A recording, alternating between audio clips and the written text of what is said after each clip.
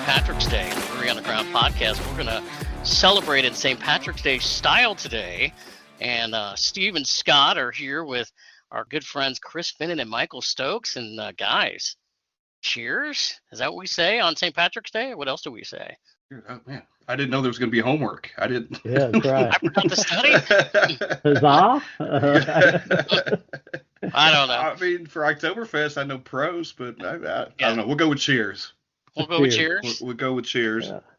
I've been waiting to open this because of the effect. So I got a Guinness here, appropriately enough. Nice. Oh, yes.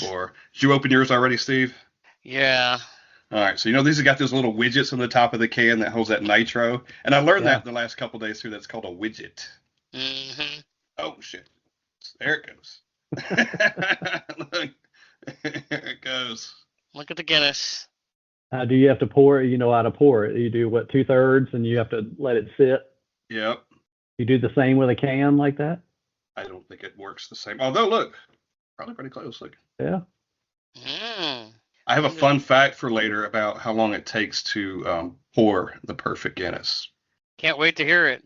Is there What do they an call it? exact number? Yeah, they have an exact number. Okay.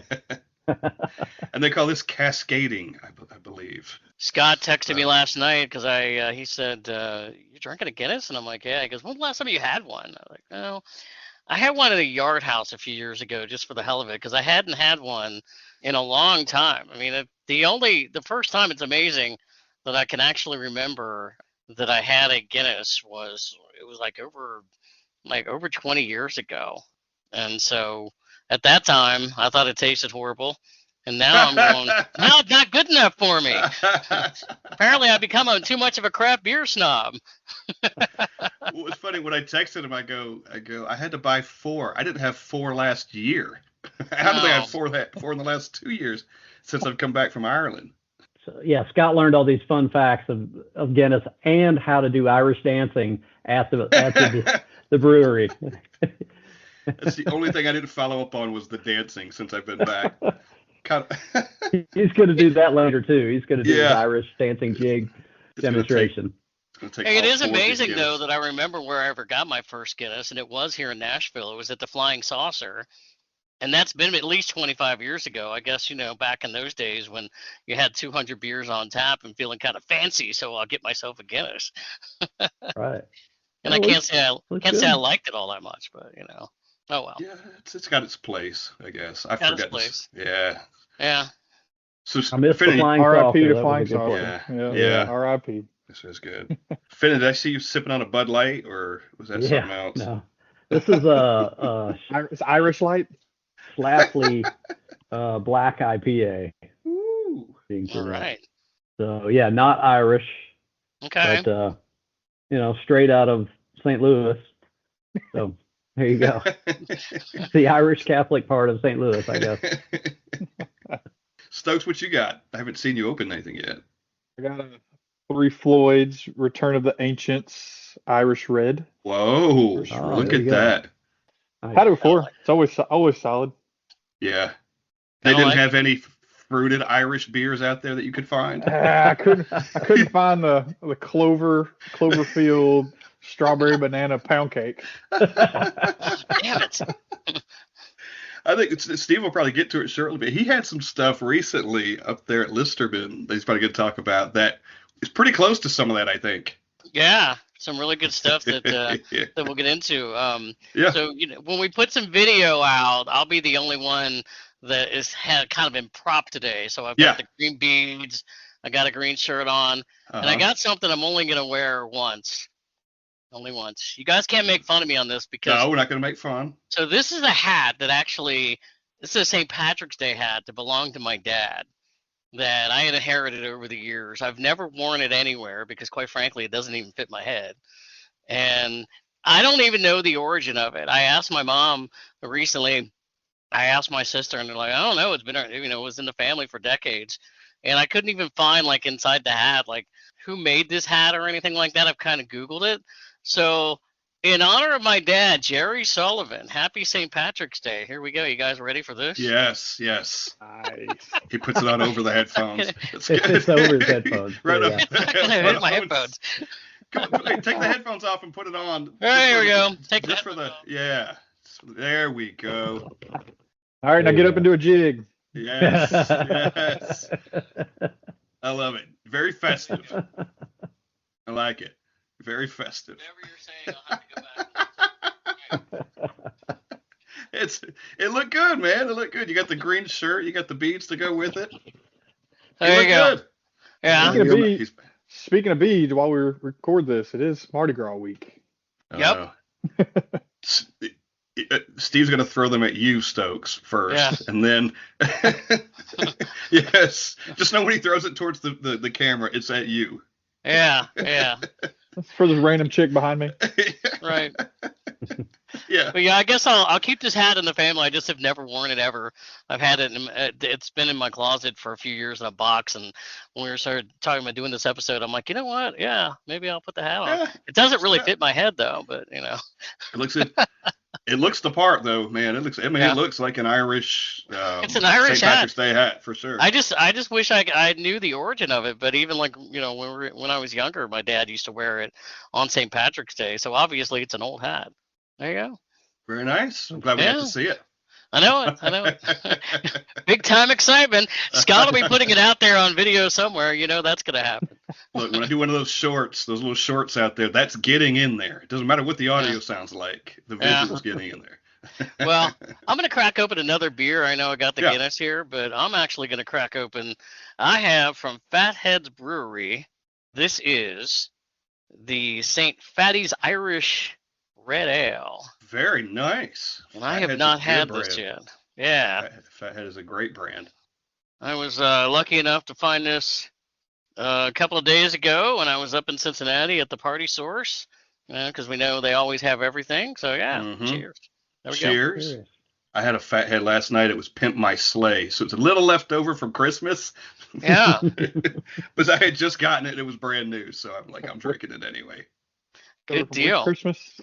Huh? Left over from which Christmas? I don't know. I didn't check the year on it. And I saw 12-ounce can. I go, no matter how bad it is, I can get through this. So it was fine. It was fine. So So- Scott, when you just recently, you and I both were on different trips, and ironically, we ran into some of the same people in the beer community.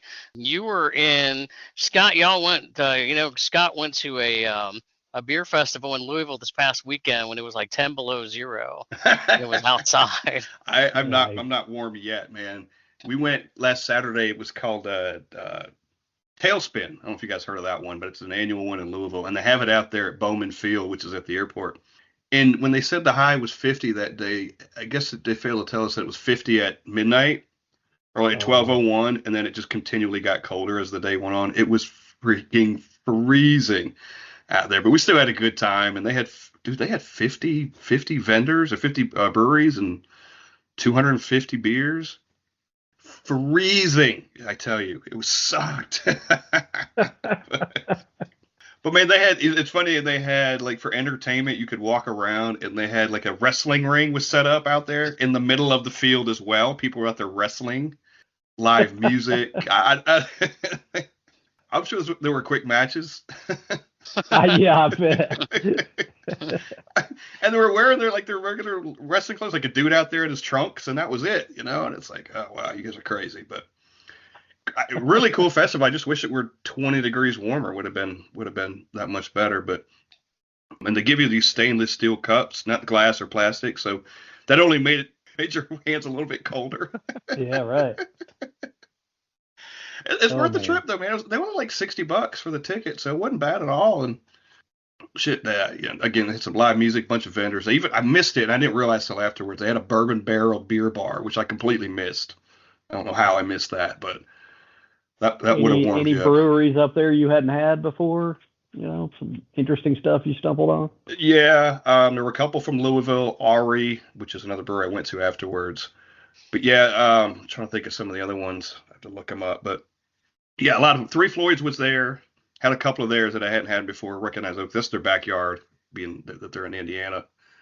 Just wandered around, found all sorts of stuff. It's just, man, it was as cold as it was. Turnout was still fantastic. I mean, there was, thousands of people still there. And I think when you get one of the first beer fests of the season, people are just going to flock to it anyway. So Now, was it colder than winter warmer that you and Stokes went to? I promise by a lot. Really? Yes. I mean, at least that one they kind of prepare you. Like you're going in knowing that it's Yeah. winter and it's probably going to be cold. Yeah. Like Stokes, I don't remember leaving there, my hands ever being numb. No, like you were, they were sticky from the glass because everything was barrel aged 14% beers. Then again, it very well could have been 4 degrees, but the beer we were drinking was 10+%. So who knew? Yeah, we were. Nobody noticed. No, we were walking infernos, just walking around. It was cold. Yeah. We had one year when it was out there and it was like misting and cold, but they had, I don't know, it just felt it was nowhere near as cold as this thing I just went on. Ridiculous. So anyway, that was cool. And then after that, we ended up that night because we wanted to get the hell out of there and get some warmth. We ended up going to 3 different breweries up there. So we met the Hill Tappers who out of Louisville, and they took us to I don't know if I'm saying that, Ari, AWRY. You guys heard of that one? No. That's in Louisville. And then Mile Wide Beer Company. You probably heard of them. Yeah. And then Gravely. And Mile Wide and Gravely are actually, we could walk from one to the other that close. And those are kind of the breweries that they go to when they're there. And they were freaking awesome. I love Mile Wide of the 3. I mean, they had a beer there. It was called, and this might remind you of another brand that I talk about all the time, the Savior of the Broken, the Beaten, and the Damned. Who does that sound like? It does. Yeah, burial written all over it, doesn't it? It does. And the beer was kind of the same way, like a double dry hop, imperial. It was fantastic. So that was pretty damn awesome. And then, at the end of the night, so we did all that. And then at the end of the night, and you guys are familiar with this, after a bourbon trip, we go back and, you get hungry. So we get the 50-pack of White Castle. Oh, my God. Yes. Yeah. There were 5 left. Yeah, did you wake up and they were by you in the bed? Not me. I slept with one eye open because I know how that shit works. Oh, my God. But anyway, that was... Yeah, I've been to Gravely. Gravely's cool. Yeah. I've been there. I stopped there when I was on a work trip, but I didn't get to hit Mile Wide because Mile Wide wasn't open till like 4 or something that day. But Gravely's got a cool vibe. They got a cool vibe inside. It's like all music themed and whatnot, but super cool place. Yeah, they got a wall, Chris. I'll send you a picture. I think it's got like nothing but drum heads all across the wall or something like that. That's really cool. And is it the same one that's got all the gangsters pictures on the wall too? I think that was them. I think that was them. Yeah, like all their mug shots. It wasn't Noah's gays. It was a bunch of mug shots of celebrities and stuff. That's what it was. Yeah, that's what hilarious. It was. Yeah, the whole wall was just hundreds of them, just hundreds. So, that's that was my weekend, and all that happened on Saturday, but then I came right back Sunday, and Steve ventured out a little bit more than I did. Yeah, I mean, I was in Cincinnati for like 3 days and ended up going to a couple of places. West Side Brewing up there. I don't know. Stokes, have you been to West Side up there yet? West Side Brewing? I don't think so. Okay, it's a cool place. Now they recently took over another place called Gilligan's Brewery, and so I went to West Side Brewing and then I went to Gilligan's, and basically I had there were a couple at the West Side that they had some Irish beers. One of them was a red ale that I really liked and I thought was good, but the other one I gotta tell you, there was they had this Irish style porter. And for me, it was just kind of mediocre. I mean, I don't know what you guys think about Irish porters, if you can even have any recollection of what you've had over time. Yeah, I was just kind of like, I couldn't put my finger on one I've ever had. yeah. I don't think I'd had one before, and I was like, yeah, this just really isn't. This ain't doing too much for me. But I ended up going I went to a beer festival too, and it was outdoors. So it's Cincinnati, it's outdoors. It's probably 35 degrees outside, and ended up going with our Cincinnati correspondent, Liz, who's been on here before. So they had about 20 breweries that are represented up there, and I think the only brewery that I checked in one was a place called Wandering Monsters, and I just did you wander in there? I just wandered on over, yeah, and got a farmhouse ale called the Bossy. which was pretty good. But we ended up there's another guy that Scott and I know. We're trying to get him on the podcast one of these days. It's from Bad Tom Smith Brewing up there, and ran into Evan, their head brewer. So he was pretty cool. And so that was a lot of fun. It was just I think we hung out for about 2 hours because it's like, you know what, it's too damn cold to be standing outside. You were in a heat wave compared to what I was in. Yeah. Well, it wasn't. Yeah, I mean, it wasn't that bad.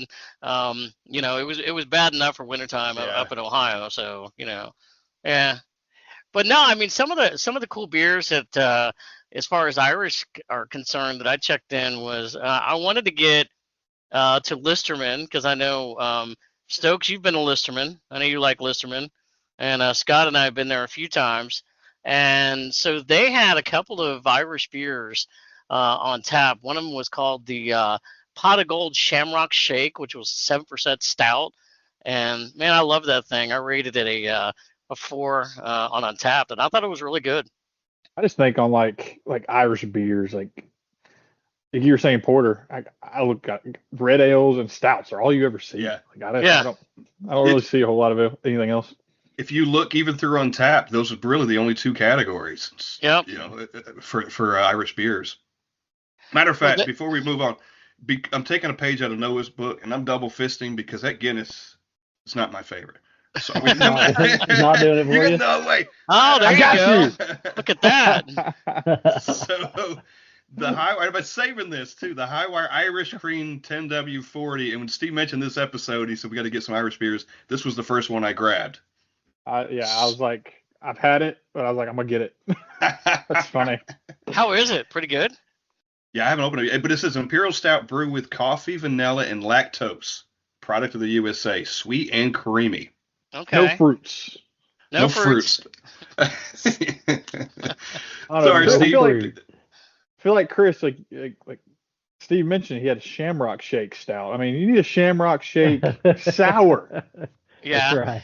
Well, the other ones that I had 2 others there because they had, when I saw that they had 3 different varieties, I thought I got to get the Listerman. And they had a Irish cream stout. And the one that I really liked the most that I thought was kind of unique and probably maybe the most unique Irish style beer I've ever had, it was called the Mint Shamrock Shake, a mint Irish cream. And it was really good. I mean, if you like mint, it almost kind of like tasting, if you're tasting like a Girl Scout cookie, so to speak, and maybe that's kind of like the theme that they were going for. So I kind of felt like it tasted a little bit like that, but it wasn't, in my opinion, it wasn't like really annoying. Like I got to put this thing down. I had it on a flight, which probably helped, but I think even if I would have had it on a pint, I probably would have drank the whole thing. I thought it was pretty good. I would think that would be right in Listerman's wheelhouse too. Yeah. Kind of the stuff they do. Yeah, and I rated that. That was my highest ranking of any Irish beer I've had over maybe like the last week or two, and I ranked that as a 4.25 on Untappd. And I was looking today, and I'm like, if we did some rankings already, I know we're only in March, of some of my top-rated beers of the year. That's already right up there. That will probably be there towards the end too, I'm guessing. Yeah. Yep. So yeah, that was a lot of what I did up there, and went back to this Gilligan's Brewery. Now I've had in the past week or two, I've had 2 Gilligan's Brewery. They had a dry Irish stout that I had, and I also went to Mill Creek and had their Irish dry stout.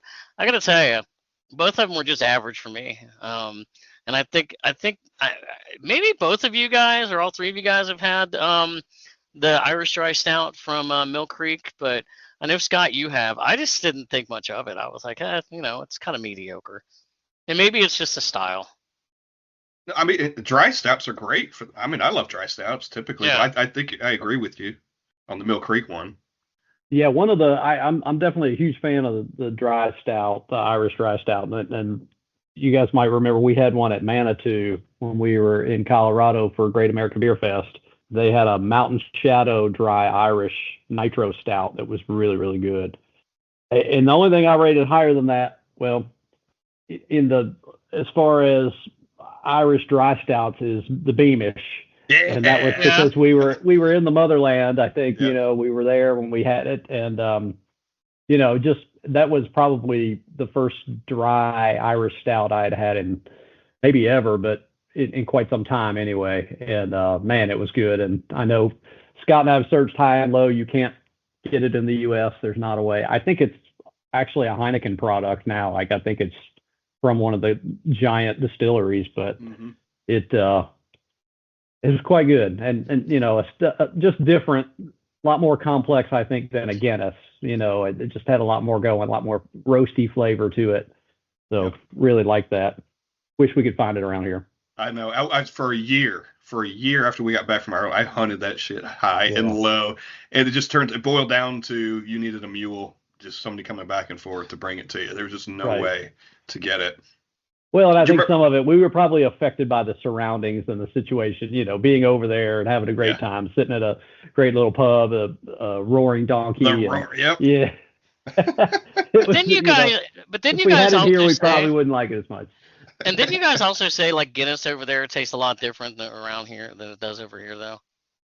I think it is. I think there's a freshness thing It is. there, and who knows what preservatives get put in, to bring it over here and those kind of things. But I've never researched to see is the formula different, but it definitely seemed to taste a lot better over there.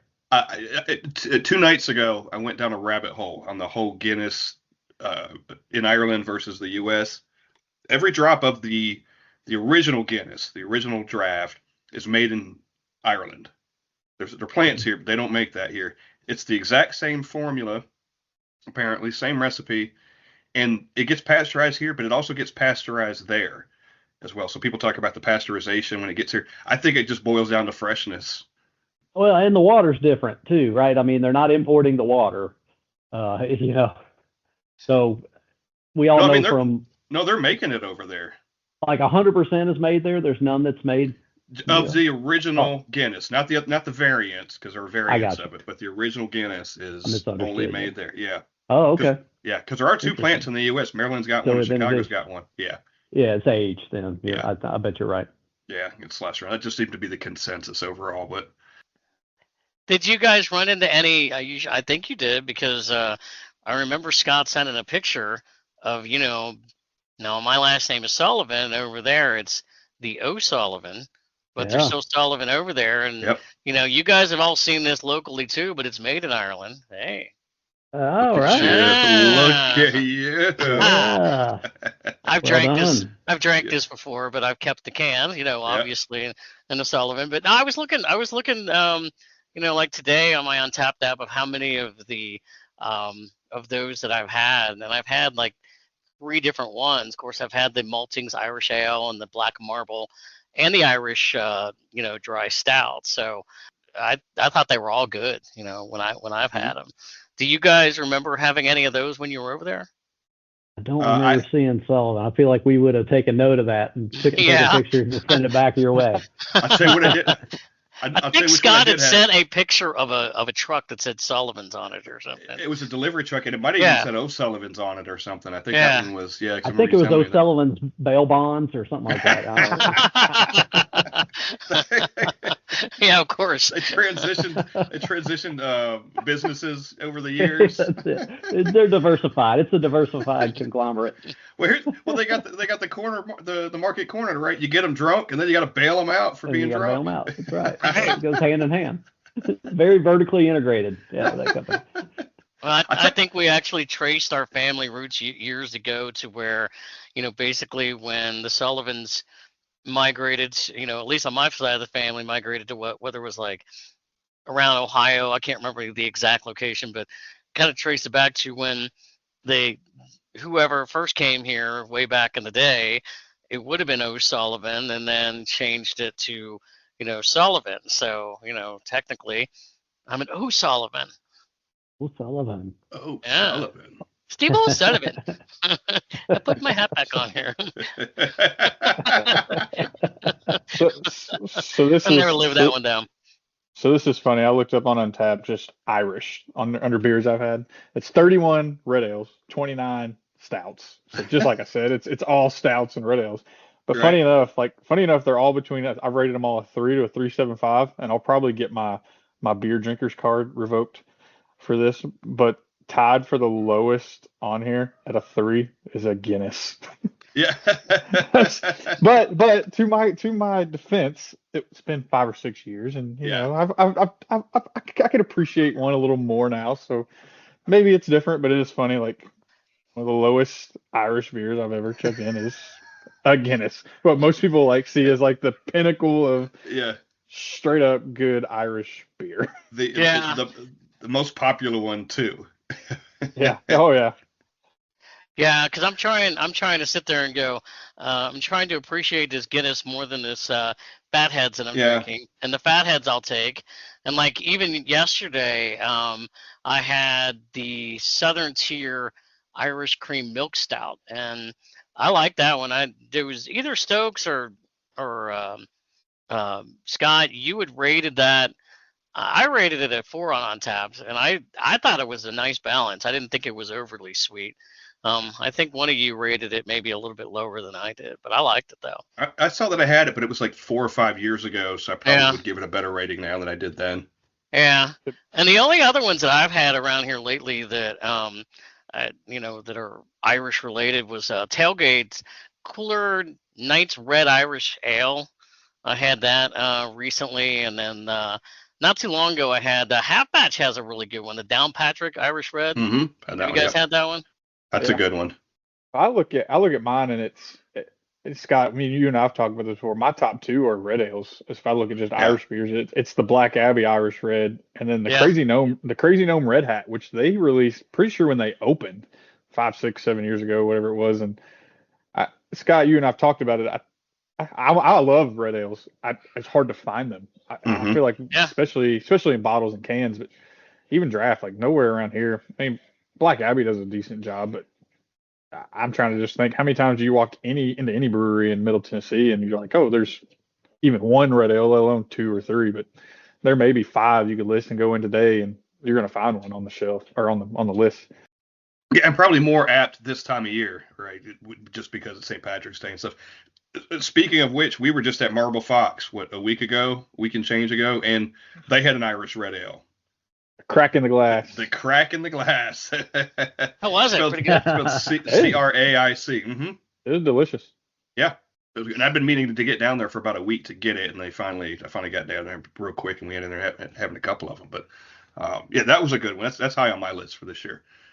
So I actually have on my list one of the rare 5s that I put for ratings from a small little upstart brewery out of Nashville called Yeast Infection Brewworks. I saw that. And I saw it. The carpet matches the drapes.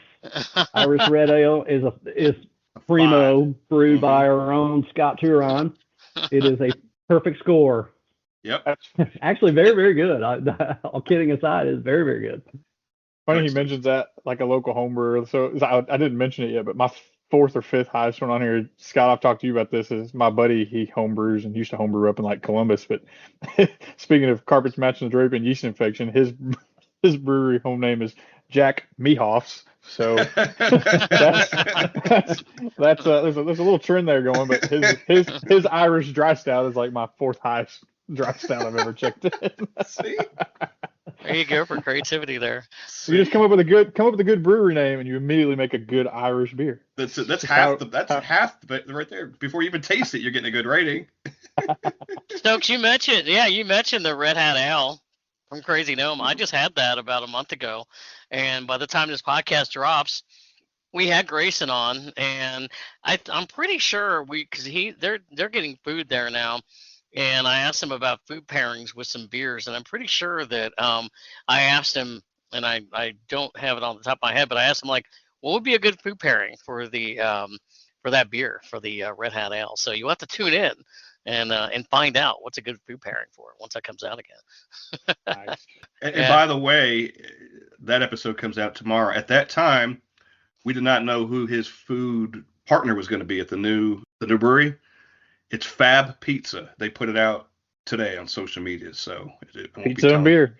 Yeah, they got a little Italian theme. So yeah, He hinted at who it was, or at least he hinted at the style of food it was going to be, but he couldn't tell us who it was at the time. So Interestingly enough, I mean, where he's going, it's pizza and beer mecca of Nashville, right? You got Tailgate around the corner, and you got Smith and Lentz down the road, and he's right there. So everybody's pizza and beer. I mean, yeah, nothing wrong with it. I love good pizza and beer. So. And I don't know anything about Fab, so I'm sure they're good. If he's going to put them in there, it's going to be good. Hey, do you guys think that when you look on Untappd and you see what they rank for different styles of beers, do you think there are breweries that try to market like a red IPA as an Irish beer and it's not really? What do you guys think about that? Probably. It's probably like people that just put dye and stuff in a beer, make it green. Yeah. It's like this is now an Irish beer because it's green. It's Bud Light, but it's green. Yeah, and thinking about red ales in general, when I was going through Untappd, I'd actually have to remind myself I was looking for Irish red ales and not just red ales, because they're almost synonymous in a lot of ways. Yeah. That was one of my questions when we started, talking about doing this podcast to Scott. I said, because if you're looking at Untappd, it gets kind of confusing there. I'm going, okay, what exactly is a red ale or anything Irish or anything red is actually considered, and are there's breweries and other trying to market that as an Irish beer when it really is not? I kind of think of them as the same, but like you said, they're really not. It's even like this 10W40 Irish cream that we're drinking. Which what do you think about it, Scott? Before I go into that, it's creamy. It's sweet. It's creamy. But is it Irish creamy? I think no. I think it says Irish cream at the top. So maybe they put some kind of Irish cream in it, like a Bailey's or something. So I'm not a big coffee guy, but this is fairly good. I think the creaminess of it makes it bearable, tolerable for me. But to the point that we were just making, is it an Irish beer? Probably not. It just uses Irish cream. I would not call this a Irish stout per se. It's a stout that uses Irish cream. So right, and they got Irish on there somewhere. Yeah, and they'll sell the mess out of it over the next 2 or 3 weeks. Well, here's one in Stokes. I don't know if you've had this one yet. Even more Irish Jesus. It's in my fridge. I bought it for this. I bought it with this one for the podcast. That's hilarious. So it's from Evil Twin. I've not opened it yet. It's in my bag. Even more Irish Jesus, and it says dry stout. And the only indication that you got that's anything Irish is it just says Irish Jesus on it. So I don't know. Where'd you get that? Main Street had it. Main Street? Yeah. They had them in singles too. So, but yeah, you'd look for something with the word Irish on it. Yeah, that's what I was trying to do at various places. Even this time of year, it's still few and far between. I mean, you might find. I mean, what you probably went in there searching, Scott. How many did you find? 6? Did you get 6? No, I found those 2, and then at the time they still had a bunch of Guinness. Well, they still have a bunch of Guinness, which I didn't grab any at that time. There weren't many others. I mean, maybe a Murphy's. Do I remember seeing maybe a Murphy's in there or something, or some other brand? But that was about it. But which I had before. It makes you wonder, like somewhere like Chicago or something or New York or somewhere that really dives heavy into St. Patrick's Day. Like I wonder if you walk into a single store there, how many are you going to find? Is it still fairly slim, or is it 20? Yeah. Curious. Yeah, like I was at when I was at Party Source on Monday, I think I may have seen 5 or 6 different variations, and a couple of them I already had, and then the ones that I just talked about. But even the ones that like, I don't feel like this Irish Cream 10W40 is only a this time of year thing. I think they do this fairly long, and even like the Mill Creeks and the Black Abbeys, I think they do it all year. I don't see, at least on a local level, I don't think they're bringing it out for March. I think it's just let's advertise it in March, but we're gonna keep it all year as an option. Yeah, I do feel like I see that Mill Creek out there a lot, if not all the time. You guys want to hear a fun fact about Guinness? Sure. I've got a couple. We'll go back and forth between them. So I mentioned about how long it takes to pour one perfectly. And I'm assuming just draft. That probably didn't count. 119 seconds. 119, just under 2 minutes. And it was that doesn't seem right. So if I do it at 120 like seconds, what's what's wrong? Yeah, what's wrong? I don't know. You got to start drinking it. You haven't started drinking. You got to start drinking it. And who made that determination originally, by the way? Somebody in Ireland, I'm sure. Okay. Like, Saint Patrick. St. Patrick. He's the one that came up with it. It's got too many bubbles. Yep. Well, it was one of my great grand ancestors, O'Sullivan, Horace O'Sullivan in Ireland. Going down this rabbit hole the other day, they've got this new product out, and I don't think it's in the U.S. yet. And it's called they call it the Penguin as a nickname, but anyway, it's this little electronic draft thing that pops at the top of the can. But it's got to be a certain size can to fit the thing, a certain size, and it creates a draft system. It's supposed to help make the Guinness even more creamier and stuff when you pour it into your glass. It's gimmicky.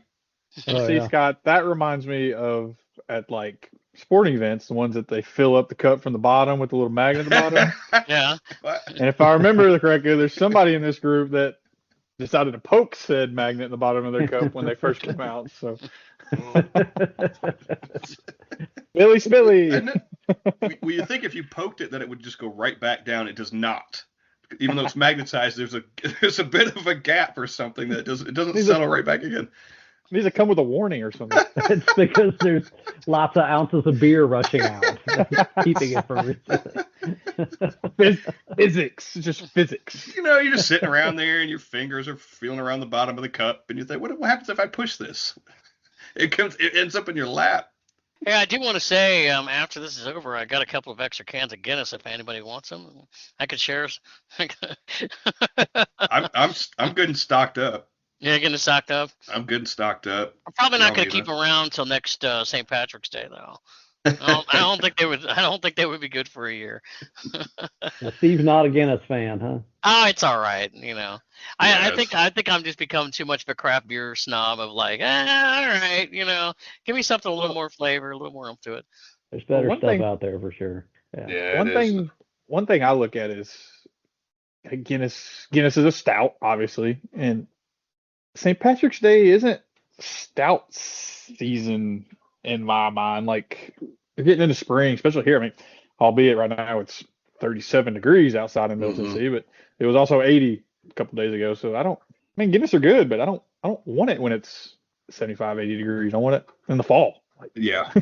Can we just move St. Patrick's Day to like October? Let's mix Oktoberfest and St. Patrick's Day. Imagine. That'd be great. People would never come back from wherever they went. They would just never come back ever. You never see them again. I mean, but speaking of that, like Oktoberfest is kind of known for really good beer and special beer. Is St. Patty's Day known for that? It's just known for beer and green beer and lots of it. Drinking like high volume. Yeah. Because of the Irish thing, I think, is ultimately it. Yeah. Beer drinkers and. Right. There's no special beers that come out other than they dye them green, right? But I mean, they're not doing annual once a year or something that's special for St. Patty's Day. Yeah, I feel like they did that back in the day with, before the craft beer craze with the domestics, where it's like, hey, we got green Budweiser here at the local, sports bar, and you're like, oh god, really? Just some little green dye in there, Scott's still looking for that dyed green Steel Reserve. How do you make a beer worse than it already is? Add some green food coloring to it. It's the green Schlitz. It'll give you the green Schlitz. I'm saying you guys have to go after the mint shamrock shake that I had. Try to find one of those. I think you those. I'd get behind those easily. That's a McDonald's, isn't it? Like, don't you? Put some alcohol in it. Mint just goes good with a stout or Irish cream. That's got to be that's probably the most used adjunct, I guess, for a Irish or stout, I guess. Well, yeah, because you got your chocolate notes in there, and it mixes perfectly. Makes your breath smell good. Don't even have to brush your teeth before you go to bed. Well, you can have it for breakfast too because it's got mint in it. Yeah. Well, and I would have brought some back from Listerman for you guys but they had sold out of those. I mean, from my understanding, like 3 or 4 days beforehand, they started selling them in the can, and they went like hot wildfire. I didn't even know if I would get it on tap when I went there, so I was like, yeah, I was gonna bring some cans back, and couldn't get it. Likely story. Damn it! Oh yeah. The fact that he drank it all, he's I don't know, man. I'd be drinking that tonight. Yeah, But he's not telling you he's the one who drank it all. yeah. I just saw a listenerman posting on Facebook, half price. Got to get rid of them. Hey, speaking of Irish and stuff, like you guys, and I got a few written down, but do any like Irish bars or Irish restaurants stand out to you guys in Nashville? McGuire's is good. Is it? Where is that? No, not McGuire's. What's the name of the one in Donaldson? It's right over there by McNamara's. Yeah. Good, yeah. Right over there by very cool. over by Yep. Tenfold. Yeah. I'm thinking of McGuire's, the one down in Destin, but no, they're both really solid. Well, and Chris, I know you and I have talked about this before. It goes back a number of years, but when Dan McGinnis Oh, down there that was awesome. yeah, that's where Tailgate is now, off of Music Row area. And I used to work down that area, man. We'd get out off, go down there for lunch on like a Thursday or get off work and head on down. And I love Dan McGinnis. It was always funny too, because you go in there and it was one of the few, obviously, because of an Irish sports bar. It'd be one of the few places that you would see people watching the soccer games. Yeah. It didn't matter. You could go. I remember going in there with friends, and maybe the Titans were playing, and there'd be a baseball game or whatever, and then they got the group over there, and they're watching the soccer game. So. Oh yeah, you go in there at 11 o'clock in the morning or something for early lunch, and there's there's people that have been camped out there for 3 hours watching soccer because of the time difference. And, But Scott, you remember you and I went to. We were up in Cincinnati a few years ago over Northern Kentucky. We went to breakfast that morning. We didn't have any beer, but it was like an Irish breakfast, and it was called Molly Malone's. Yeah. And it's been there forever. And there were people in there. It was like, 10 o'clock in the morning, and they're in there drinking beer and watching soccer games. Yeah, we didn't have any, but the rest of them were at that point. Yeah. You guys all know Tom Schumacher. Yeah. He's one of those guys that will get up and go to, I think he likes the Lost Patty. I've not been in there. And they'll do that. They'll get up early in the morning, watch Premier League games or something in there at 7 o'clock on a Saturday morning. Where is that place? Where is Lost Patty? The Lost Patty? Let's see what it is. I feel like it's pretty close downtown somewhere. I'm pretty sure New Heights does that too. At least they used to. So have you guys ever had an Irish car bomb? Do you know what an Irish car bomb is? I'm assuming? Yes. Yeah. Have you ever had one? Yeah. Yes. It's been a long time for me because you have to chug those things. Yeah, do you have can you tell us exactly what's in it, Steve? Yeah, it's Guinness, Bailey's, and Jameson. But since it is put, you put it basically the whiskey layered over the Irish cream in a shot glass, and then the shot glass is dropped into the glass of stout. I've actually had one before with Jaeger in it. I remember doing that year. Yeah. Oh God. That just sounds and smells and tastes like college. Yeah, well, it was a long time ago. I mean, it's a long time ago. Did a bunch of memories just come back to you? Yeah, crossing cultures there. Yeah. Rushing over me. Oh, 2-for-1 Jaeger bomb night. I know. I just remember though years ago that I probably have only had an Irish car bomb maybe 2 or 3 times in my life, and I think the last one I had, going back many years, somebody suggested Jaeger, and then we're chugging, and it's like, nah, I'm not doing this ever again. Yeah. Well, I'm done. Yeah, those days are behind you. It's just a weird. It's just like, let's drop a shot in a Guinness and it doesn't even matter what the shot is half the time. Yeah. It's just a shot of something. It is weird. It could be. I feel like Chicago is probably like a Guinness and a Malort. Yeah. So I always cringe when people talk about Irish car bombs, because I had a friend that worked in Lexington in an Irish bar, a very authentic Irish bar, and someone I grew up with, and she said, "Do you realize how disrespectful that is? Like, would you go into an American bar and order a 911?" And it was like a punch to the face. I was like, "Ooh, point taken." Uh-huh. Yeah. I think maybe I heard that once. I don't know where I heard somebody say that once, but I think, I might have mentioned that before, because every time I always cringe when people talk about it. Because that's the thing. People run into an Irish bar. I'm going to get an Irish car bomb. Yeah. So, no, I remember you were saying, maybe it was you, Chris, that you were saying something like if you walked into, when you guys were in Ireland, that if you walked into a bar and you said something like, let's have an Irish car bomb, like, you wouldn't come probably back. get gang tackled or something. Yeah. I think we were well warned before we went not to order one of those anywhere. Yeah. That's what it was. That's what I remember now. Or Yeah. I would have left Scott's ass there. I would have walked right out. But I'm buying it for the whole place. I'm buying around. By the way, the Lost Patty is on Spence Lane, if anybody cares. But it is just kind of weird, though, how those things kind of come up where you're going, where do all these things come from? Like, who came up with the Irish car bomb? And, yeah. I feel like that's some kind of, American invention. Right? Right. We bastardize something. Yeah. So. Big liquor came up with that. Yeah. Yeah, that's right. By the way, do you guys, and I don't know if I meant to check before we came on here to see if I had a bottle of Jameson. Do you guys partake in that? I might have one because I might have got it for St. Patrick's Day somewhere over the years. I probably have, a bottle here somewhere at my house. Yeah. I know when we came back from Ireland, Chris, like when I got it duty free was a Jameson, but it was some kind of triple. It was some variant of Jameson, which was really good. But yeah, I know that one's gone. You just shipped a whole suitcase back with nothing but Jameson. Don't lie. My clothes are still there. The hotel keeps asking me to come pick up my clothes, but your boyish medium clothes. And I'll pull it if I've got some, like I'll pull it out for St. Patrick's Day. Otherwise, it's I don't really care about drinking. I mean, Irish whiskey's fine. It's but it's watered down. Bourbon. Yeah. In my mind. Yeah. It's definitely lighter compared to bourbon. That's bourbon drinkers, the proof is higher, obviously. And when we were over there, we remember we had that, the green spot. Yeah. I mean, I don't know if that's where that's made, but that was a pretty good one that we had. Yeah, there's some good stuff. I mean, it's got good flavor, and you can have a 12-year and it looks like a 1-year bourbon, I mean, they just don't get the temperature change, so they don't get the color and all the flavor coming out like we do, but there's still some good stuff. And then they do interesting stuff because they're not using, white oak barrels. They're, they'll use a wine barrel or they use some different things. Right. And so they'll get some different flavors there, which is kind of interesting way, Yeah. There's not as many rules governing it like there is bourbon, It's like a Colorado bourbon. Remember that, Scott? Oh my Stranahan?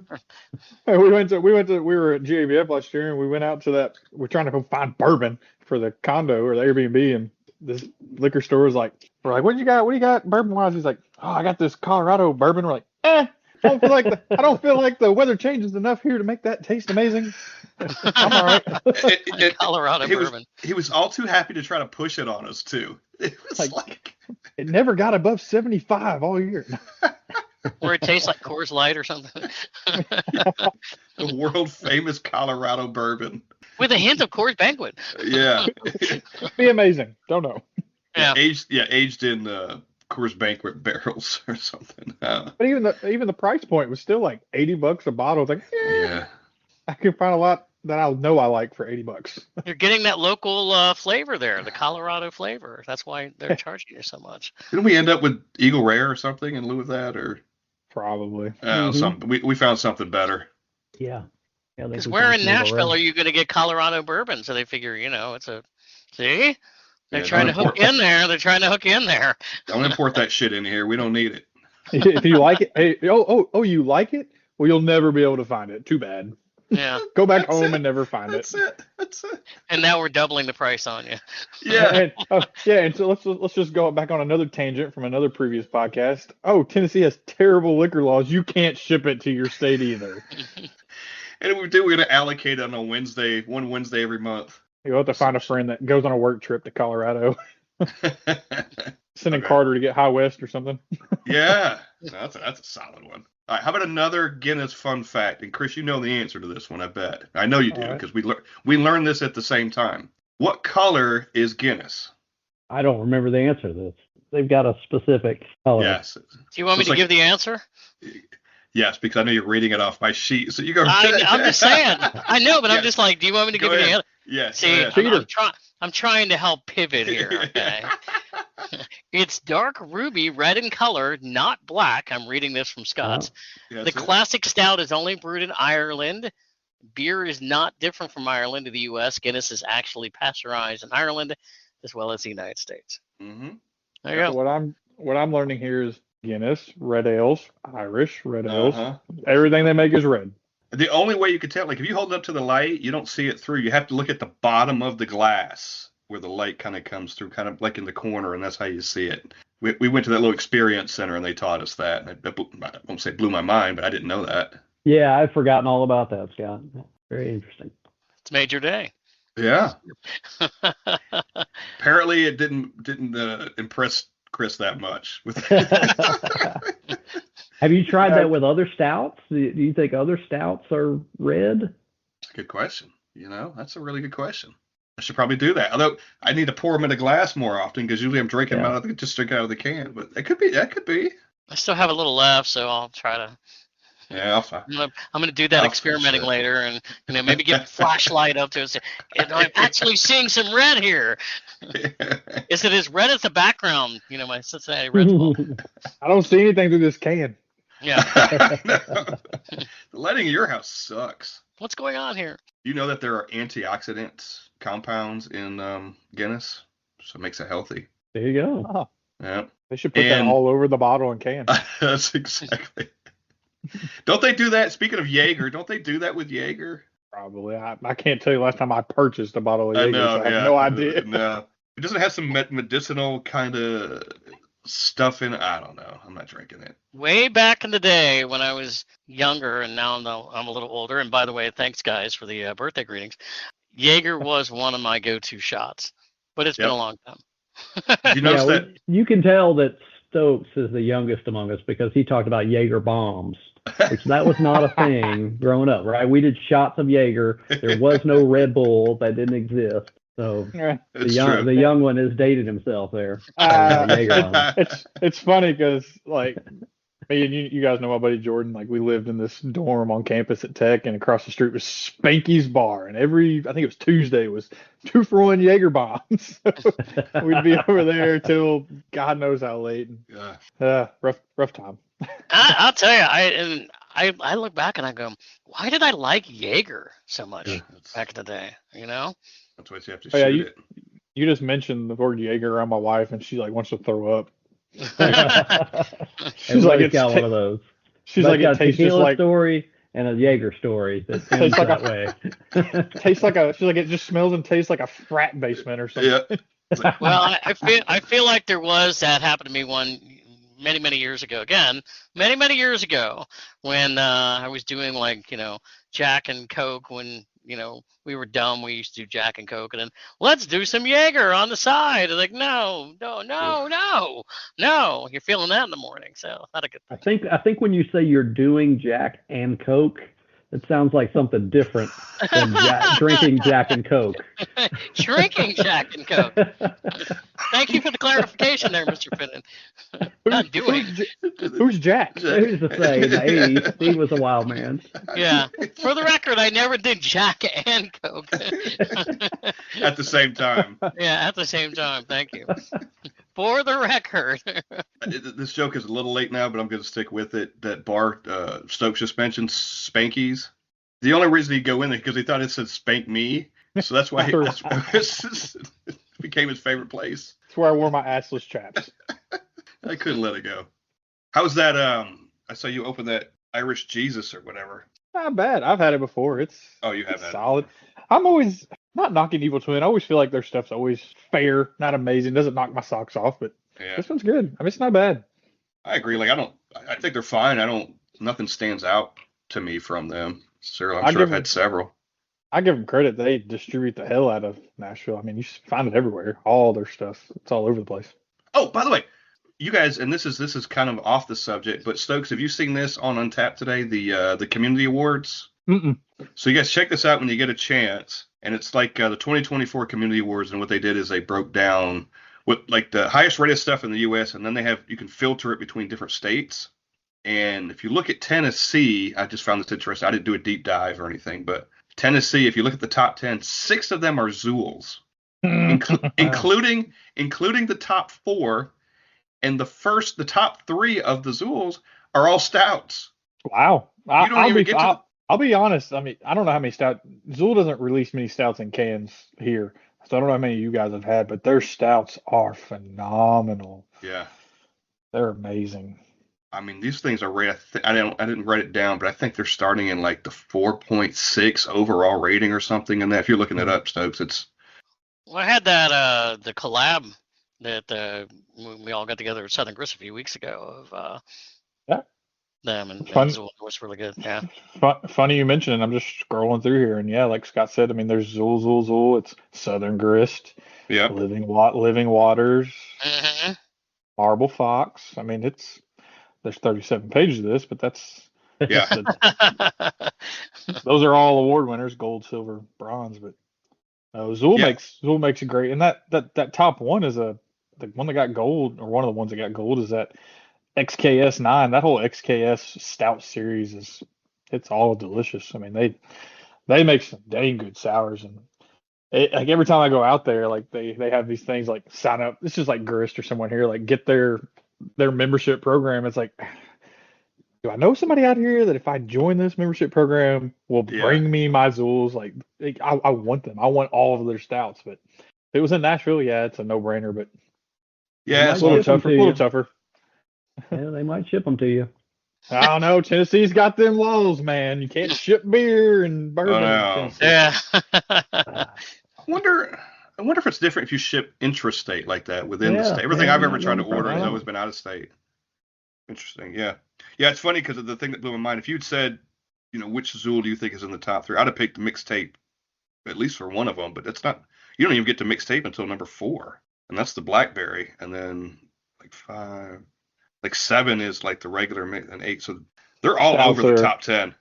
Their stouts are amazing, and anybody that I mean, I could be a spokesperson for Zool, I guess, but their stouts are just another level. And my fridge has got 12 Southern Grist Batch 1 theories in it. I love Southern Grist stouts. They definitely do stouts right, but Zool's, I would put Zool every bit up there with Southern Grist as far as just a good stout. I don't know if you saw today, Grist put a post up about a new I don't think it was Grist. It was in the Beer Geeks page, but there's a new stout. It was a collab with Grist and I think the guy from Southern Collective. Oh wow. It's called like fur animals, fur something, but it's those two teams getting together, it's gonna be good. It's like toasted marshmallows, almonds. Yeah. Oh. Me and Zach got one. That's coming. Is that part of that LFG thing? No, it's just a Southern Collective did a. Which, if you ever talk to, I'm gonna forget his name, the guy at Grist. You ever talk to him? But he'll tell you anybody can do a collab. It's just got the money, got the idea, whatever you want to do, and Southern Collective's doing one, and I would trust Southern Collective and Grist with my heart, I guess. But they're gonna make something that's gonna be, they're gonna make something that's gonna be good. So you put those two together, something good's gonna come out of it. Yeah, you're gonna make a good little baby right there. A little beer baby or whatever. Little beer baby. little alcohol baby. Alcohol baby. Maybe we could do a little collab with what do you think? Guinness. Could they find one with Guinness? little alcohol baby, also known as a Yankees fan. Hey. Oh, by the way, all right, let's bring this up then. So you saw in your birthday video, Steve, Stokes was in there twice, right? Yes. You saw what he said to you the first time, didn't you? Yeah. Go Cardinals. They're like fighting words. Well, see, the Cardinals aren't that great anymore, so it used to be that could bother me, but now I'm like, whatever. The Cardinals are there with the Reds. It's kind of like, just coexist. Fighting for who knows, 4th place. At least we can beat the Pirates, right? It's the NL Central, man. Anybody can win it, besides the Pirates. But anybody else can win it. Yeah. Steve, when he walked away from that little video, did you see how proud he was of himself when he said it? Yeah. He did. So I do have a funny story. I was at the other day when I was in Cincinnati. I stopped at Yard House for lunch, and the guy that was behind the bar, I'm talking to him, and we started talking about the Reds a little bit, and he's like, "Yeah, man, we got Ellie." I'm like, "Yeah, got Ellie," and he says to me, he goes, "And I sure am glad that Joey's with us again." I said, "Joey?" And he's like, "Yeah, Joey Votto," and I'm like, "Oh, okay." I guess apparently this guy thought that Joey Votto was still playing for the Reds. So Oh. Is Is it the same guy that thought the Bills and the Chiefs were playing? No. But But that conversation reminded me, this is going back probably about 20 years ago. I was at a Reds game, and there were these two older guys sitting behind me at the game, and God love them. They were just and they're enjoying the game, and they're like, "Man, it is so great to see old Johnny Bench back there catching." And I'm like, Johnny Bench. oh my God. I didn't say anything, but I'm like, this is probably, we're in 2024, so going back to like 2004, and Johnny Bench had retired like 1983, and they're thinking that Johnny Bench is still back there against the catcher. Okay, I'm not gonna ruin your time here at the Reds game. You guys enjoy. Yeah, let him think what he wants, right? But he got to see Johnny Bench play. Yeah, he probably had a Guinness or two before he got in there. could be, or probably a Budweiser, back in those days. So. Ooh, Chris Budweiser. Yes. It was probably green. Probably so. Now, have you guys ever been to Chicago for St. Patty's Day when they dye the river green? No, have you seen it? I mean, it's like it's like an electric green. It is not. There's nothing natural about. I mean, it is neon, like crazy looking green.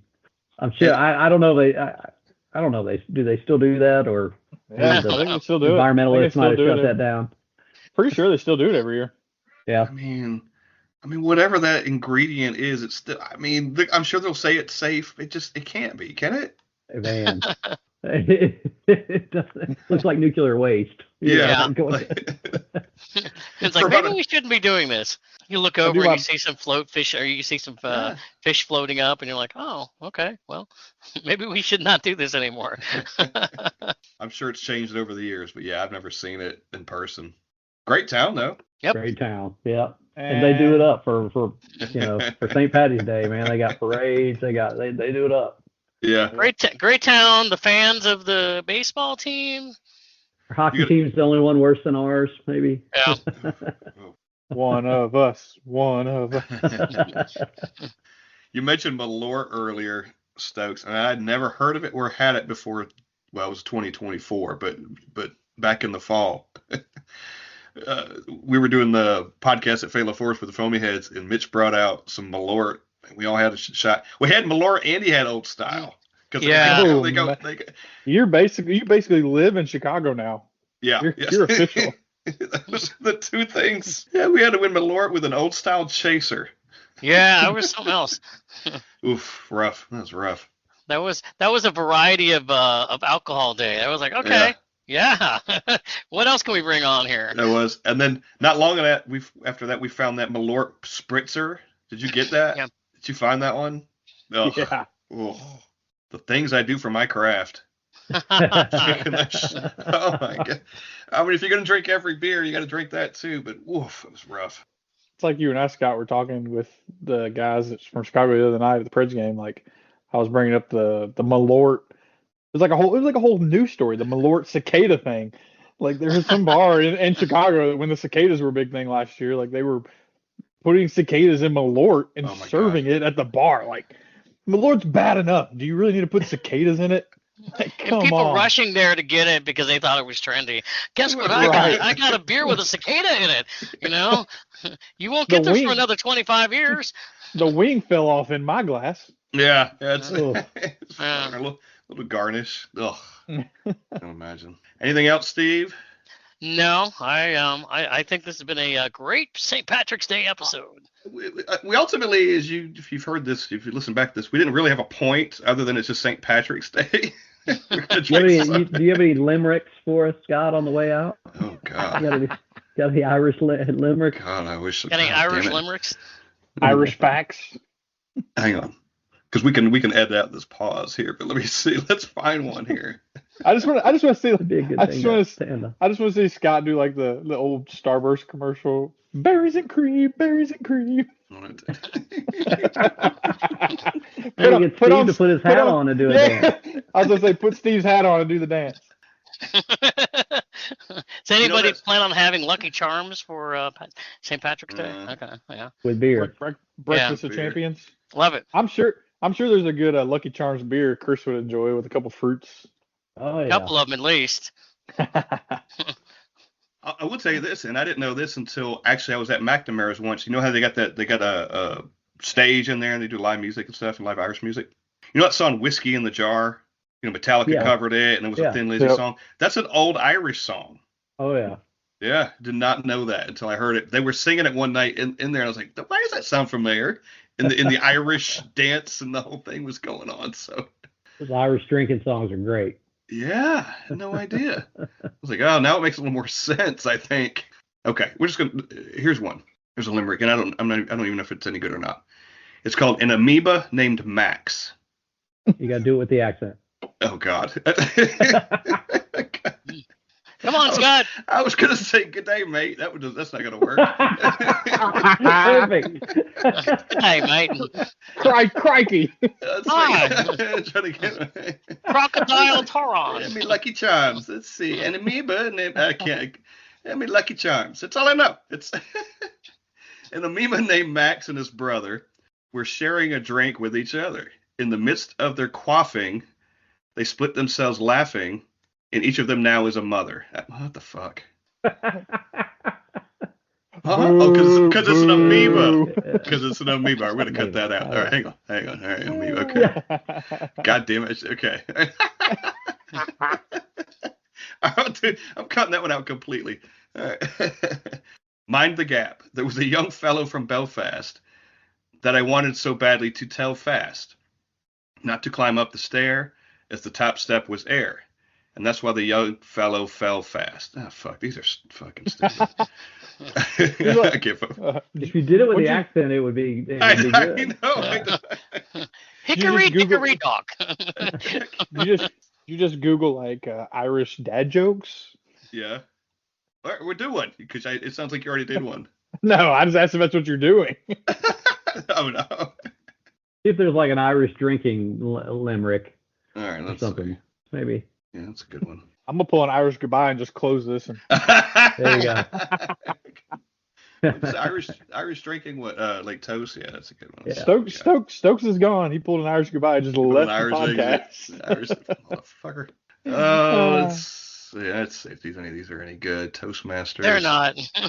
They're not. They're not. May your see, this really needs an accent. May your troubles be less and your blessings be more, and nothing but happiness come through your door. It's not fun. See what happens when we do show prep on the fly? Yeah. Are you, God, Scott, are you giving a toast at my funeral? What's going on? Oh, here's one. It's right to your point. May we all be alive at this same time next year. There you go. That's the whole thing.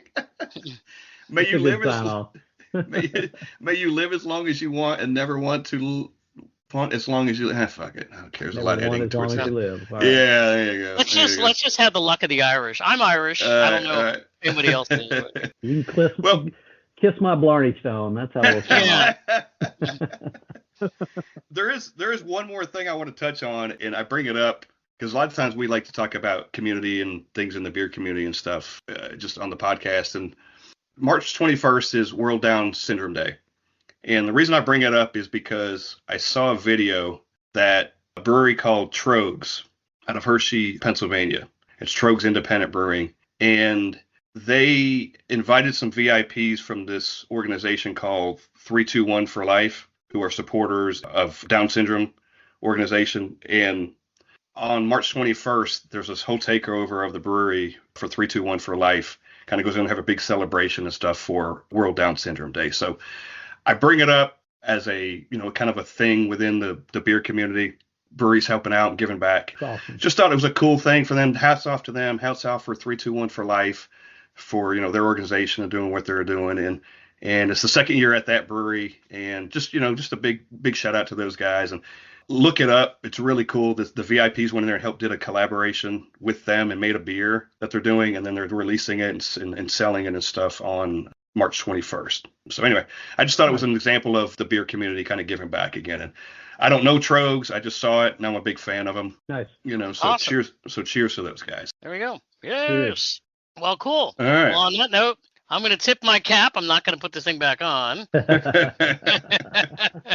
Tip my cap to all of you fine folks. Have a happy St. Patty's Day.